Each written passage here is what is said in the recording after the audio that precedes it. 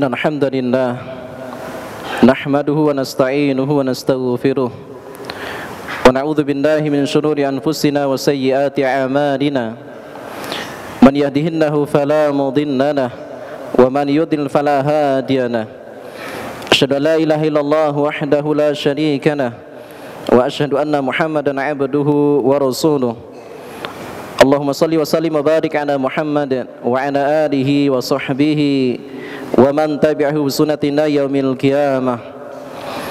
Qala Allah tabaraka wa ta'ala fi kitabihil karim, ya ayyuhalladzina amanu taqullaha haqqa tuqatih wa la tamutunna illa wa antum muslimun.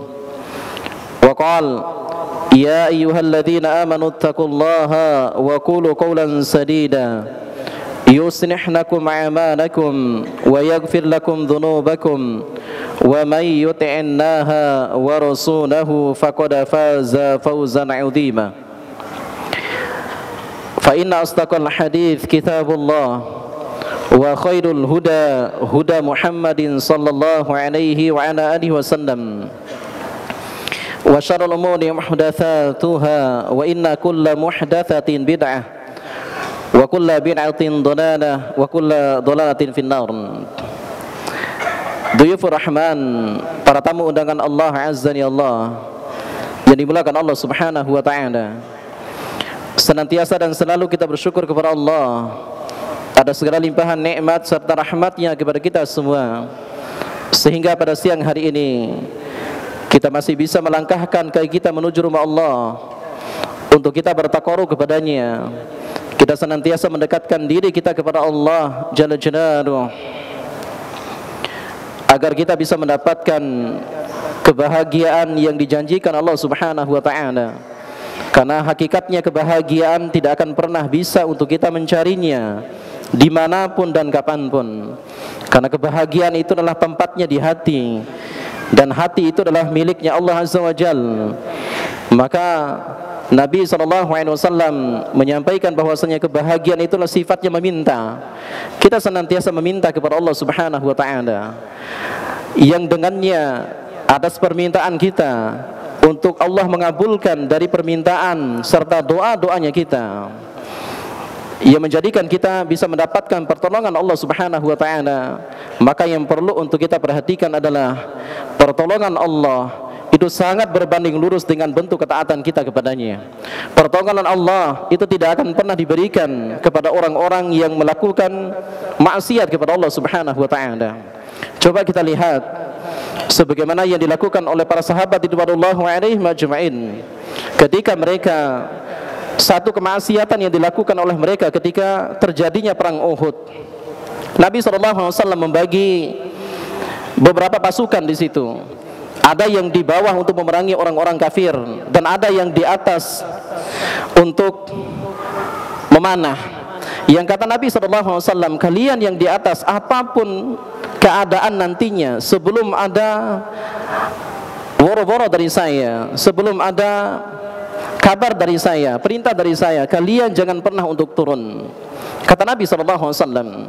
Akan tapi disebabkan karena mereka mendapati ghanimah yang melimpah ruah di bawah, karena terkocar kacirnya para musuh-musuh Allah Subhanahu wa ta'ala di situ, yang dipimpin oleh Khalid bin Walid sebelum beliau masuk Islam, yang menjadikan mereka yang para sahabat ridwanullahu alaihim ajma'in yang di atas bukit Uhud tersebut, mereka tidak mengindahkan perintah dari Nabi SAW. Mereka turun semuanya, yang menjadikan mereka mendapatkan kekalahan di sisi Allah Subhanahu wa ta'ala.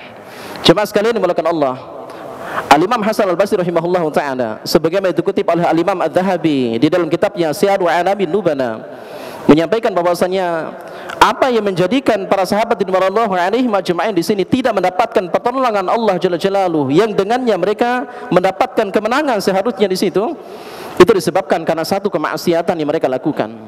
Maka jemaah sekalian dimulakan Allah, ini perlu untuk kita evaluasi di dalam diri kita. Satu kemaksiatan itu sudah cukup menjadikan kita jauh dari pertolongan Allah Subhanahu wa ta'ala. Maka inilah mungkin yang menjadikan kita juga hari ini susah untuk mendapatkan ketenangan hidup, susah untuk kita mendapatkan kebahagiaan. Maka pastikan diri kita benar-benar lepas daripada kemaksiatan kita kepada Allah Subhanahu wa taala, yang dengannya Allah memberikan pertolongan berupa kebahagiaan serta ketenangan di dalam kehidupan kita. Jemaah sekalian dimuliakan Allah, Allah Azza wa Jalla menyampaikan di dalam surah Fatir yang sebagai renungan buat kita semuanya pada siang hari ini. Di dalam Quran surah Fatir, surah yang ke-35, di ayat yang ke-29 dan 30, Allah Azza wa Jalla berfirman, A'udzu billahi minasyaitonir rajim.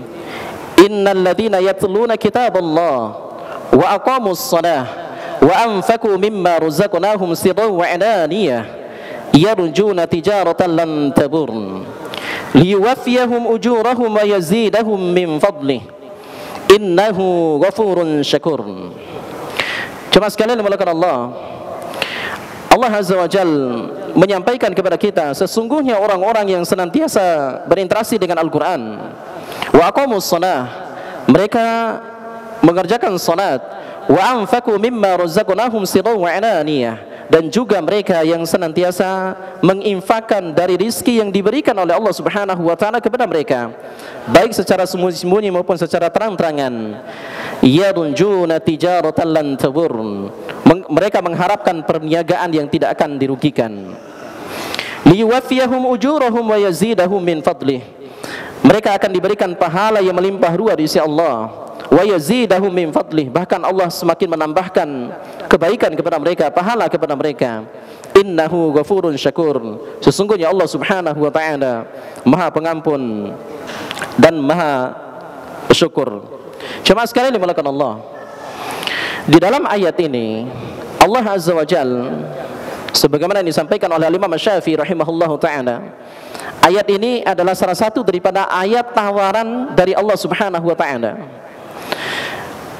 Ada amalan-amalan yang diciptakan Allah Subhanahu wa taala untuk kita bisa istiqomah di dalamnya, yang ketika kita bisa istiqomah di dalam 3 amalan ini, maka insya Allah kita sedang melakukan perniagaan, jual beli, transaksi dengan Allah Subhanahu wa taala.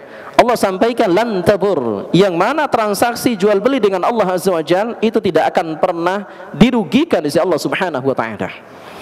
Jemaah sekalian dimuliakan Allah, amalan yang pertama yang disampaikan oleh Allah Azza wa Jalla sebagai bentuk jual beli transaksinya kita dengan Allah adalah innal ladzina yatluna kitaballah, yaitu mereka yang senantiasa berinteraksi dengan Al-Quran.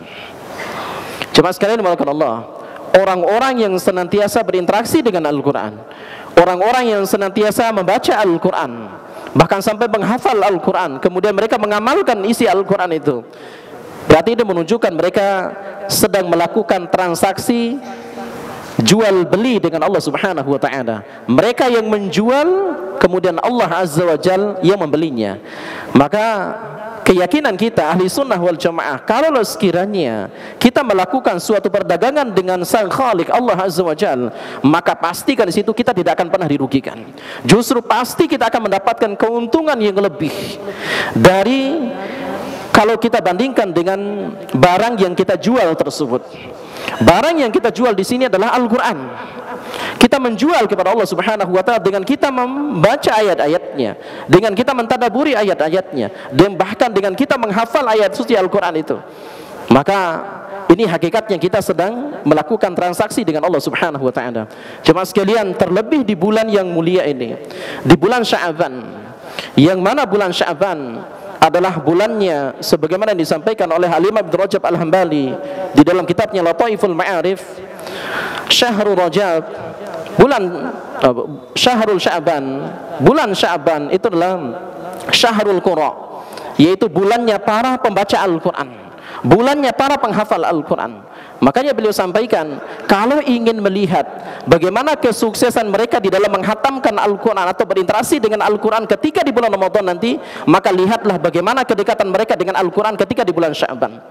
Kalau sekiranya mereka sukses di dalam mendekatkan diri dengan Al-Quran, dengan selalu mempelajari Al-Quran, dengan selalu membaca Al-Quran, dengan selalu menghatamkan Al-Quran di bulan Sya'ban. Karena memang ini adalah kebiasaan daripada para generasi salaf, maka ini menunjukkan insya Allah kemungkinan besar mereka akan mendapatkan kesuksesan ketika mereka melewati bulan Ramadan dengan Al-Quran juga. Mereka akan diberikan kemudahan oleh Allah Subhanahu wa Ta'ala ketika di bulan Ramadan nanti. Maka ini sebagai bentuk gambarannya sebagaimana disampaikan oleh Al-Imam Hasan Al-Basri rahimahullahu taala, al-jazaa'ul hasanati al-hasanatu ba'daha, yaitu balasan daripada kebaikan itu adalah lahirnya kebaikan-kebaikan selanjutnya, lahirnya kebaikan-kebaikan setelahnya. Kebaikan yang kita lakukan di bulan Sya'ban itu akan mengantarkan kebaikan kita untuk senantiasa kita lakukan di bulan Ramadan nanti. Jemaah sekalian dimulakan Allah, kita lihat bagaimana generasi salaf terdahulu, di antaranya para sahabat ridwanullahu alaihim ajma'in. Sahabat Utsman bin Affan radhiyallahu an, kalau ada di antara kita yang memiliki banyak alasan, Ustaz, saya memiliki alasan, saya tidak bisa membaca Al-Quran, saya tidak mampu untuk menghatamkan Al-Quran, itu disebabkan karena pekerjaan saya, karena duniawinya saya, karena saya memiliki kewajiban untuk menafkahi anak dan istri saya, sehingga saya melupakan Al-Quran itu. Coba kita lihat jemaah sekalian yang dimulakan Allah, jangan kita berpikir bahwasanya para sahabat radhiyallahu alaihim ajma'in, mereka yang dikatakan sebagai ahlu surganya Allah Subhanahu wa Ta'ala, itu disebabkan karena mereka meninggalkan dunia, mereka sibuk untuk beribadah kepada Allah Subhanahu wa Ta'ala. Tidak. Sahabat sahabat Utsman bin Affan radhiyallahu an, itu beliau keluar di pagi harinya, pulang sore harinya, bahkan di malam harinya beliau baru pulang, karena mencari ma'isyah, mengumpulkan dunia sebanyak-banyaknya di situ, sehingga beliau menjadi orang terkaya waktu itu. Akan tapi di malam harinya beliau tidak pernah meninggalkan Al-Quran. Kesibukan duniawinya beliau tidak pernah meninggalkan Al-Quran. Menjadi kaidah serta cerminan buat hatinya kita. Kalau ingin melihat apakah hati kita itu bersih atau tidaknya, lihat bagaimana kedekatan kita dengan Al-Quran. Sahabat Utsman bin Affan menyampaikan bahwasanya lau anna qulubana tahurat ma syabi'na min kalami rabbina. Kalaulah sekiranya hati kita ini bersih, maka kita tidak akan pernah bosan untuk membaca Al-Quran. Kita tidak akan pernah merasa kenyang untuk senantiasa berinteraksi dengan Al-Quran. Jemaah sekalian dimulakan Allah, bukan disebabkan karena kesibukan duniawinya yang menjadikan kita lepas dari Al-Quran, tidak bisa dekat dengan Al-Quran. Kalau kita lihat berdasarkan kaidah yang disampaikan oleh sahabat Utsman bin Affan ini, bukan disebabkan karena hal-hal yang lain yang menjadikan kita jauh dari Al-Quran, tapi kondisi hati kitanya yang mungkin sudah dikunci mati oleh Allah Subhanahu wa Ta'ala. Kalla bal rana ala qulubihim fahum la yaksibun. Mereka dikunci mati oleh Allah Subhanahu wa Ta'ala hati mereka, sehingga mereka tidak bisa lagi berinteraksi dengan Al-Quran. Bukan disebabkan karena urusan duniawinya kita, bukan disebabkan karena kesibukan kita mencari ma'isyah, bukan disebabkan karena kesibukan kita bersama istrinya kita, bukan disebabkan karena kesibukan kita mengajar, bukan disebabkan karena kesibukan kita bermain dengan anak-anak kita, bukan. Tapi apa yang menjadikan kita jauh dari Al-Quran? Yang menjadikan kita jauh dari Al-Quran itu adalah sebabnya adalah kemaksiatan yang masih ada di dalam dirinya kita, dosa yang masih yang masih menghitam di dalam hatinya kita, yang mungkin belum sempat untuk kita bertobat kepada Allah Subhanahu wa Ta'ala. Maka ini mumpung jemaah sekalian dimulakan Allah, masih ada kesempatan untuk kita membenahi diri kita, untuk kita introspeksi diri kita. Jangan sampai disebabkan karena ada satu dosa yang belum sempat untuk kita bertobat kepada Allah Azza wa Jalla, ia menjadikan ini sebagai penghalang untuk kita melakukan ketaatan, terlebih di bulan Ramadan nantinya. Maka mari untuk kita bertobat kepada Allah Subhanahu wa Ta'ala. Apapun bentuk kemaksiatan itu cukup menjadikan kita jauh daripada ketaatan kepada Allah Subhanahu wa Ta'ala, terhalang untuk kita semakin mendekatkan diri kita kepada Allah Subhanahu wa Ta'ala. Makanya sahabat Khalid bin Walid radhiyallahu an, sahabat Khalid bin Walid yang tadinya itu adalah orang yang terdepan ingin membunuh Nabi SAW, tapi ketika cahaya Islam itu masuk ke dalam hatinya, ia menjadikan beliau mencintai Islam serta mencintai Al-Quranul Karim, sehingga suatu ketika sahabat Khalid bin Walid memimpin peperangan untuk melawan orang-orang kafir. Beberapa hari beliau tidak membaca Al-Quran.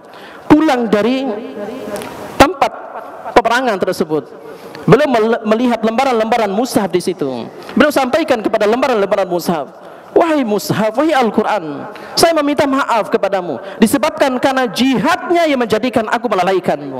Allahu Akbar. Jemaah sekalian mulakan Allah, sahabat Khalid bin Walid itu masih sempat meminta maaf, merasa bersalah kepada Al-Quran, disebabkan karena jihadnya beliau yang berhari-hari menjadikan beliau meninggalkan Al-Quran. Kira-kira alasan kita hari ini apa, jemaah sekalian mulakan Allah, yang menjadikan kita terhalang untuk bisa selalu bersama Al-Quran? Sekali lagi, ini adalah bulan yang sangat dimuliakan Allah Subhanahu wa ta'ala, yaitu di bulan Sya'ban ini, yaitu Syahrul Qura, bulannya para pembaca Al-Quran. Kita menghatamkan Al-Quran minimal sekali untuk melatih diri kita agar kita mudah menghatamkan Al-Quran nanti ketika di bulan Ramadan. Jemaah sekalian mulakan Allah, aqulu qouli hadza astaghfirullah li wa lakum.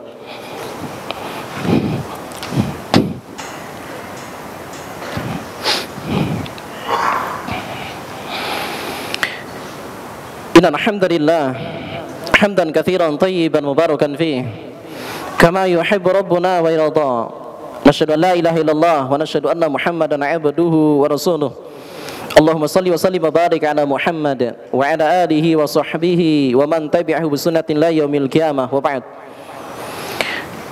Amalan yang kedua yang disampaikan oleh Allah Azza wa Jalla di dalam ayat ini adalah wa aqamus shalah, yaitu mereka yang senantiasa mengerjakan salat, mereka yang senantiasa memperhatikan waktu-waktu salatnya mereka, mereka yang senantiasa memperhatikan salatnya mereka dengan tumakninah.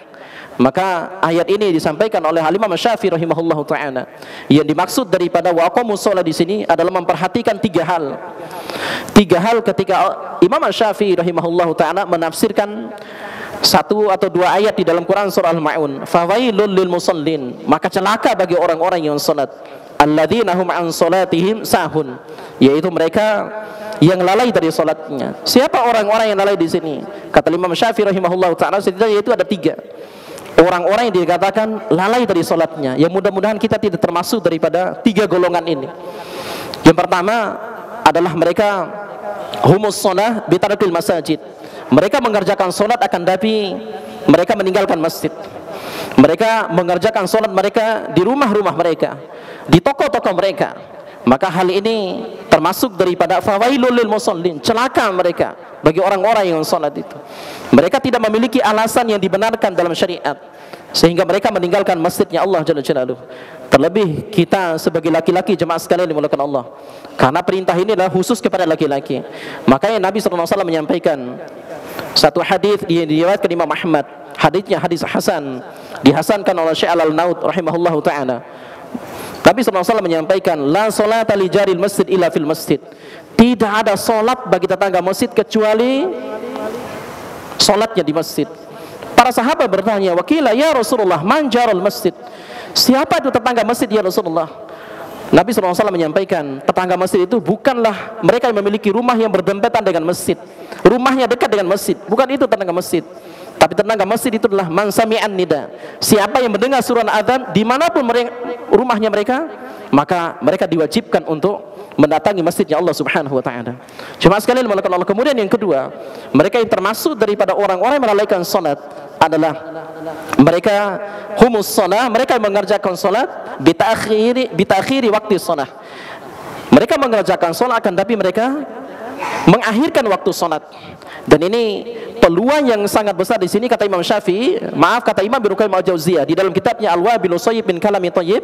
Dari perkataan Imam Syafi'i ini sangat besar peluang yang akan dilakukan oleh para istrinya kita, para wanita. Kenapa? Karena mereka tidak diwajibkan untuk ke masjid dan mereka memiliki peluang untuk mengakhirkan waktu sholatnya mereka.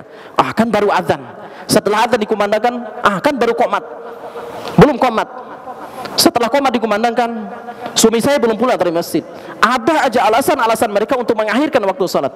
Dan ini adalah kewajiban kita sebagai suami di situ untuk mengingatkan mereka. Jangan sampai mereka mengakhirkan waktu salat itu sehingga mereka dibuat berantakan amalan-amalan mereka, pekerjaan-pekerjaan mereka. Maka jemaah sekalian dimuliakan Allah. Kemudian yang ketiga adalah humus shalah bi ghairi tumakninah. Kata Imam Syafi'i, orang yang lalai dari sholat itu adalah mereka yang mengerjakan sholat akan tetapi mereka tidak tumak ninah. Tidak tumak ninah. Mereka mengerjakan sholat hanya sekedar untuk menggugurkan kewajiban-kewajiban mereka. Mereka tidak ada harapan sedikit pun untuk mendapatkan ridhonya Allah Subhanahu wa ta'ala dengan sholatnya mereka. Maka hati-hati dengan hal-hal yang seperti ini. Kemudian yang ketiga, yang terakhir, amalan yang disampaikan oleh Allah Azza wa Jalla adalah wa anfaqu mimma razaqnahum sirran wa alaniyah, yaitu mereka yang berinfak dari rizki, dari harta yang dirizkikan oleh Allah Subhanahu wa ta'ala kepada mereka. Jemaah sekalian melakukan Allah, satu-satunya panggilan yang luar biasa yang Allah sampaikan di dalam Al-Quran yang Masya Allah, kata para ulama, adalah panggilan ketika kita ditawarkan untuk berinfak. Kata Allah, wa may yuqridullaha qardan hasanan fayudha'ifahu lahu ad'afan katsira. Panggilan yang luar biasa jemaah sekalian Allah. Ketika Allah memberikan rizki kepada kita, Allah yang memberikan rizki, Allah yang mengantarkan rizki kepada kita, Allah yang membukakan pintu rizki sebanyak-banyak kepada kita. Kemudian Allah tawarkan kembali dengan kalimat yang luar biasa, wa may yuqridullaha qardan hasana. Siapa yang ingin memberikan pinjaman kebaikan kepadaku, siapa yang ingin memberikan pinjaman kepadaku, kata Allah, orang yang meminjam itu pasti mereka akan wajib untuk mengembalikannya. Lalu bagaimana dengan Allah Azza wa Jalla? Tidakkah kita meyakini bahwa pasti Allah akan mengembalikan pinjaman kita, pinjaman tersebut? Kita memberikan pinjaman kepada Allah Subhanahu wa ta'ala dengan cara kita berinfak. Dengan cara kita berinfak. Kata Allah, yuqridullaha qardan hasanan fayudha'ifahu lahu ad'afan katsira. Allah akan memberikannya atau membalasnya dengan yang lebih baik dan lebih banyak. Maka jemaah sekalian melakukan Allah, mudah-mudahan dengan 3 amalan ini yang kita sampaikan, Allah Subhanahu wa ta'ala memberikan keistiqomahan kepada kita untuk kita senantiasa mengamalkannya, sehingga di akhir daripada kehidupan kita, kita mendapatkan gelar husnul khatimah. Allah Azza wa Jalla mengumpulkan kita semua di dalam surganya Allah Subhanahu wa ta'ala bersama baginda Rasulullah sallallahu alaihi wasallam. Allahumma shalli wa sallim wa barik ala Muhammad wa ala Muhammad kama shallaita ala Ibrahim wa ala ali Ibrahim innaka Hamidum Majid. Wa barik ala Muhammad wa ala Muhammad kama barakta ala Ibrahim wa ala ali Ibrahim innaka Hamidum Majid. Allahumma ighfir lil muslimina wal muslimat walil mu'minina wal mu'minat al ahya'i minhum wal amwat innaka samii'un qaribun mujibud da'awat. Allahumma inna nas'aluka al-huda wat tuqa wal 'afaf wal ghina. Allahumma inna nas'aluka al-huda wat tuqa wal 'afaf wal ghina. Rabbana la tuzigh qulubana ba'da idh hadaitana wa hab lana min ladunka rahmah innaka antal wahhab. Allahumma ya muqallibal qulub tsabbit qulubana 'ala dinik. Allahumma ya muqallibal qulub tsabbit qulubana 'ala dinik. Allahumma ja'alna min ahli al-Qur'an. Allahumma ja'alna min ahli al-Qur'an. Allahumma ja'alna min ahli al-Qur'an. Rabbana hab lana min azwajina wa dhurriyyatina qurrata a'yun waj'alna lil muttaqina imama. Rabbana atina fid dunya hasanah wa fil akhirati hasanah wa qina adzaban nar. Rabbana atina fid dunya hasanah wa fil akhirati hasanah wa qina adzaban nar. Subhana rabbika rabbil izzati amma yasifun wa salamun 'alal mursalin walhamdulillahi rabbil alamin. Aqimus shalah.